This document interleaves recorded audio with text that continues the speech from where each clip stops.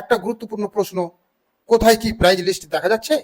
একজন সাধারণ ক্রেতা যখন দোকানে আসে তখন তার অধিকার আছে আগে থেকেই জানার যে কোনো মিষ্টির দাম কত। তবে একজন সচেতন নাগরিক হিসেবে প্রশ্ন তোলা আমাদের দায়িত্ব। মূলত দেখতে পাচ্ছেন দিল্লির বিভিন্ন অনলাইন প্ল্যাটফর্মে 1 কেজি আপেলের দাম 130 থেকে 140 টাকার মধ্যে দেখানো হচ্ছে।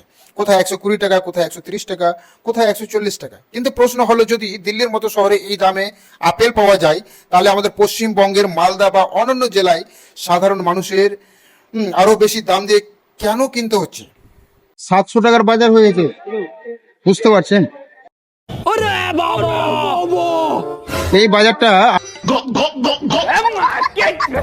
আমি মানুষ প্রায় দেখছেন যে দিল্লির মতন জায়গাতে, গুড়গাঁওয়ের মতন জায়গাতে শিফট হয়ে গেছে আমাদের ওয়েস্ট বেঙ্গলের মানুষ। কেন? ছিল এক প্যাকেট মিষ্টি, কিছু আপেল, কিছু কলা আর সামান্য কিছু নিত্য প্রয়োজনীয় জিনিস, কিন্তু বাজার শেষে হিসাব করে দেখলাম প্রায় 1600 টাকার বেশি খরচ হয়ে গেছে।